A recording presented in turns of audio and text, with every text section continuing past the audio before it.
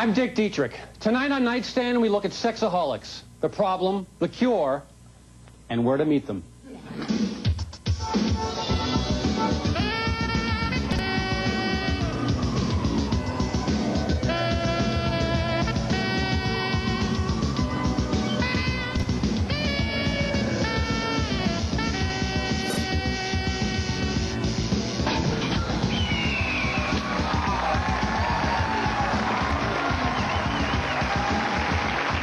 Stay with me, we're almost out of time already.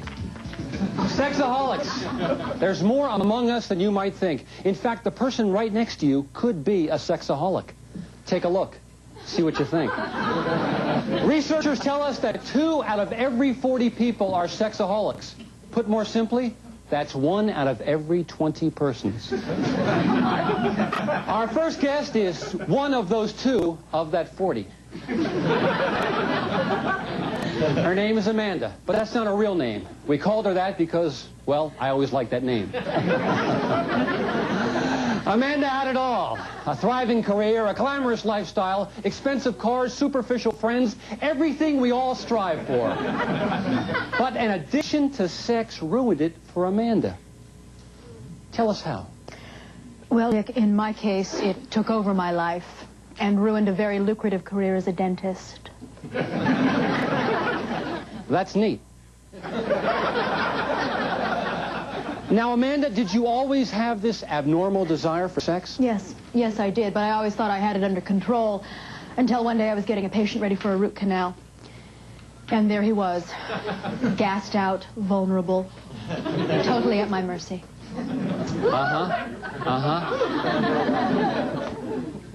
Then what happened? Well, I guess he told his friends what a great root canal he'd had. And then those friends started calling and making root canal appointments of their own. Right, so more and more root canals. So, Amanda, while all these root canals are being performed on all these men, what were you wearing? I was wearing a tube dress with a lab smock over it. Interesting choice. Go on, I'm sorry, you're a dentist. Please. Well, the next thing I know, I'm seeing 20 to 30 male patients a day. I've got 4 rooms going at once, and all of these men are just lying flat on their backs. I want to stop. Here's a question here. Hi. Hi. You said you did 20 to 30 guys a day. Did that satisfy you? Yes, it did. For a while. For a while. And then I started making out calls, visiting patients at their homes. Amanda, and when you made these out calls, what were you wearing? The tube dress. You stayed with the tube? Right. Okay. Now, at this point in your life, the strain on you must have been enormous. And it's at this point that you got caught, didn't you? Yes, I did. This is very painful for you, isn't it? Yep. Take your time. Okay, start now. Well, one of my patients' wives found out about it and made an anonymous tip to the ADA, who then caught me in a sting operation. A sting by the American Dental Association, those bastards. Now, we've actually got a film clip of this that was used in court. Am I correct? That's correct. Hal, can you put that clip up on the monitor, please? Okay, what do we have here? That's my patient's room. They hid the camera in the overhead mirror. That's a great picture. Is that a Sony camera? I asked because... Oh, here we go. Ride him, cowboy. Yeah, and the ADA comes in, and you're busted. The cuffs go on. Welcome, Dano, murder 1. Must have been very humiliating for you. Yes, it was. I hated myself. It's at this point, the lowest point of all in your life, when it seemed like your whole world had caved in on you and come to an abrupt end. Amanda, what were you wearing? A bright orange prison jumpsuit. So you lost the tube. That's right. But you're in recovery now. Yes, I am. And Dick, the most important thing that I really want to say about recovery is that... And we want to talk about that. We do. We're going to try to find some time. Our next guest is Bob, but we're going to call him Jim. Jim is also a sexaholic who says he's made it with over 12,000 women. He also says it's not his fault because he was born this way. Folks, you want to meet Jim? Yeah! Come on out,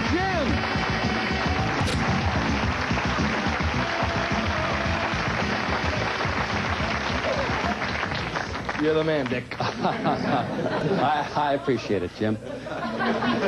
Jim, I don't mean to pry, but 12,000 women, how many times a day do you have sex? At least 8 times a day, Dick. 8 times a day? That's about once every 4 hours. That's a lot of sex. Hey, I'm sick. I need help. Oh, here's a question here. Yeah, Dick, I'm Alan from Cleveland, and I really like your show. Oh, thanks, Alan. Where are you from? Cleveland. Cleveland, right. What's your question? Yeah, Jim, you say you're sick. Well, when was it you realized you had a problem? Ooh, good question, Jim. Hey, I'd say that goes back to nursery school. My wife caught me with my kid's teacher. You actually did it with your child's preschool teacher? Hey, I'm sick. I need help. It's a disease.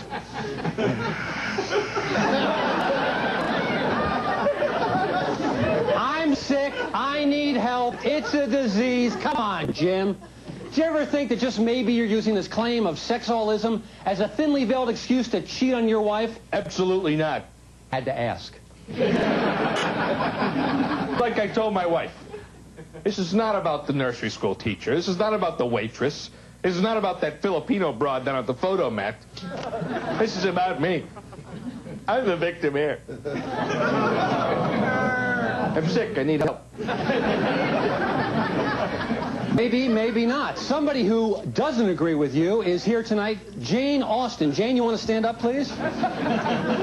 Jane is the founder of a group of unrepentant sexaholics called Slut Nation. Is that right, Jane? Absolutely right, Dick. Our motto is just say yes. Just and I take it you don't agree with what you've heard so far from our panel. Not at all. I mean, that dentist there, what's she sorry about? 20, 30 men a day. Heck, for us, that's foreplay. Penny for my thoughts. Now, Jane, you're still an active sexaholic. For our audience's benefit, what's a typical day like for you, Jane? Typical? Well, usually I wake up and then introduce myself to the person next to me. And then we f***ing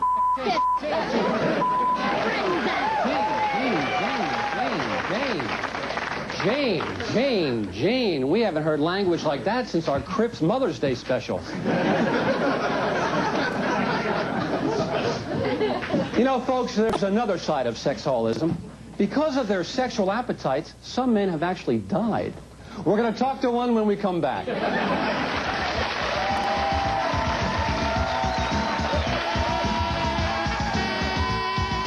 Do you or someone you know have extra body parts? You could be a guest on Nightstand. Call 1-800-GO-DICKIE. 2 weeks from Monday on Nightstand, great throw-up stories. Okay, let's recap. You're in Mexico City. You're drunk. You're wearing a new white suit. You've just bought a chimichanga from a street vendor. You start coughing. Then what happens? Only on Nightstand.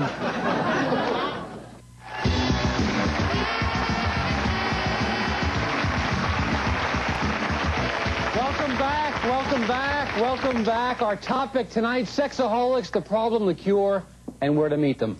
You know, folks, so far we've heard a lot of mumbo-jumbo, but here to put it in perspective is the author of many self-help books, including his latest self-help book entitled Stop Me Before I Help Again. Please welcome back Dr. Lonnie Lanier.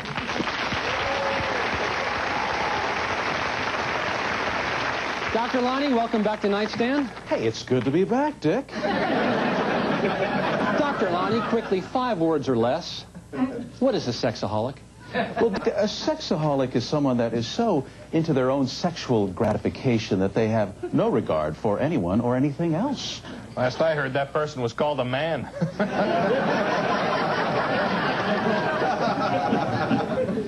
I'm sick. Yes, you are, Jim. But it is better to be sick and in charge than unhealthy and at large. Oh. Well, Dr. Lonnie, that's a great rhyme or rap. But Dr. Lonnie, for those people out there who don't know they're sexaholics, what do we say to them? I'm glad you asked that question because my staffs at the Lanier Institutes located throughout the greater Las Vegas area I put together 4 questions that could tell somebody if they are a sexaholic. Oh, terrific, terrific. Marty, can you put these up on the monitor? And you folks at home, watch your TV sets. Well, Dick, sign number 1. Do you think about sex at least once a week? Number 2, when you're having sex, do you think about sex? Number 3, do you consider your genitals as sexual organs? Number 4. Number 4. Do you love to catch dogs in the act? Come on, Doc, you throw that one in about dogs and that covers just about everybody. Yeah, I think we have a caller. Caller, are you there? Yeah, hi, Dick. This is for the lady in the drab suit. Amanda. Yeah. Okay, you say that you're a sexaholic in recovery. How long have you been clean? Well, in recovery, we don't actually use that term. All right. How long have you been dry?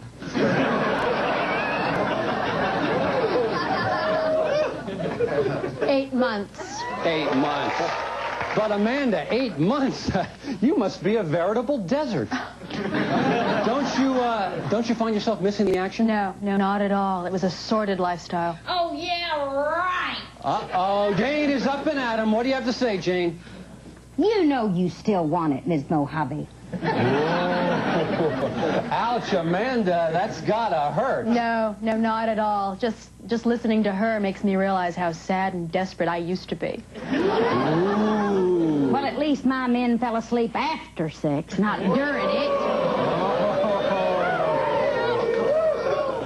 Your serve, Amanda. That's just a pathetic cry for help. Pathetic, huh? Does this turn you on? Does that get you all hot and bothered? Does it, you sick slut? Who you calling sick? You dried up hag. Hey, you two aren't gonna fight now, are you?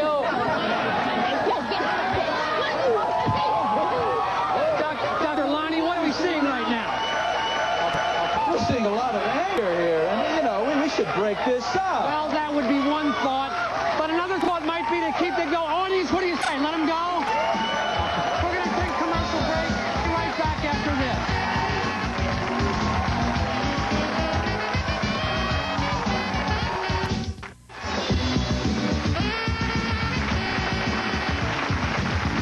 All right, folks. We've all heard the speech about staying in our seats. That goes for our panel and our audience alike. Any more outbursts like that, I'm going to have to ask you to keep it down. Folks, so far, all the sexaholics we've seen have had their sex with a partner. Our next guest is a do-it-yourselfer. Isn't that right, Dr. Lonnie? Yes, Ed came to our newest clinic in Branson, Missouri, about a year ago with a problem. You see, Dick, for the last 10 years, he's been a compulsive masturbator. Can we say compulsive? Forgive me, Dr. Lonnie. I came up with the ad lib and I just wanted to sneak it in. Folks, you want to meet Ed? Yeah!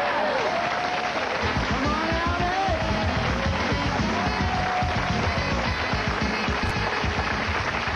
Welcome to... Ouch.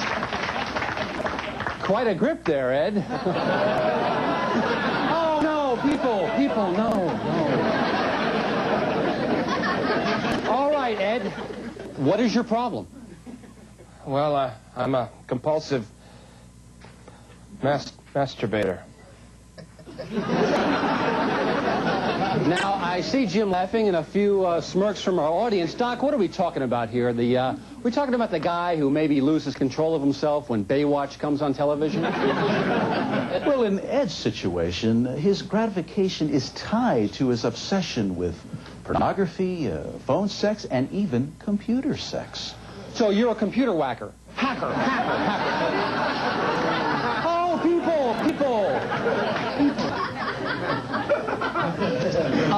Ed, let me ask you this. How did you find Dr. Lonnie? Was it his reputation, his experience? Actually, I saw one of his flyers on my windshield. But Ed came to me because he wanted to change his behavior, and the first step is admitting to his wife that he has a problem. Which is exactly why we invited Ed's wife down here tonight. In fact, she's backstage right now in a soundproof booth. She thinks she's here for one of our $20 makeovers, so this ought to be good. All right. Ed is facing a big moment in his life. How will Ruth Ann react? Will she think her husband is a perverted, disgusting canker sore on the epidermis of humanity? Or will she say, hey, that's cool. We'll find out right after this.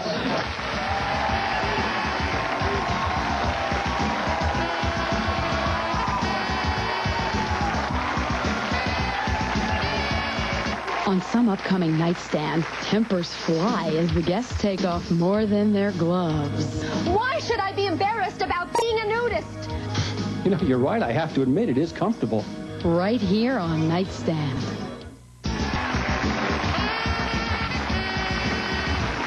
Here's the situation. Ed is a chronic masturbator. His wife, Ruth Ann, is backstage in our soundproof booth thinking she's here for a makeover. Ed is just about to tell her his problem as his first step on his road to recovery. You want to meet Ruth Ann? Here she is. Hi, Ruth Ann. Welcome to the show. Did you get something to eat on the catering truck? Yeah, I had a breakfast burrito. Ooh, tangy. Here, we're just going to go this way. I love your show. Oh, thank you very much. I love you. Well, you know, people say that I never know whether to believe them or not. Oh, I mean it. Okay. Well, here we are. Ruth Ann, ladies and gentlemen.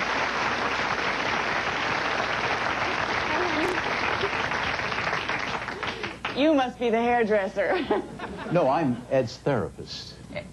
It's therapist. Yeah, Ruth Ann.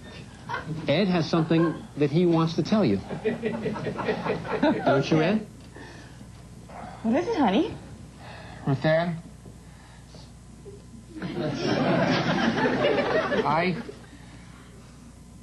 I can't. Yes, you can, Ed. Think about all those years of tension and stress. Tension and stress? Let it go, Ed. Free yourself. Come on. What is all this about? Ruth Ann? Yeah? I'm a compulsive autoeroticist. A what? Let me handle this, Ed. Ruth Ann, what your husband's trying to say is, well, he's played a few too many games of 5-on-1. He likes to wax the dolphin, polish the bayonet. He strangles the pumpkin. You mean he spanks the monkey? Bingo. Ruth Ann, I've been living a deception. I wanted to tell you for a long time because it's not fair to you, and I just didn't want to go on embarrassing myself like that anymore. Embarrassing yourself? And I invited the neighbors. Ruth Ann, how could you not know something was wrong, huh? I mean, we haven't had sex for 15 years. Oh, Ed, I just thought that was because we were married. Ruth Ann, honey, listen. No, don't honey me. And you can just keep those hands to yourself. You are sick. Hey, we're all sick. We need help.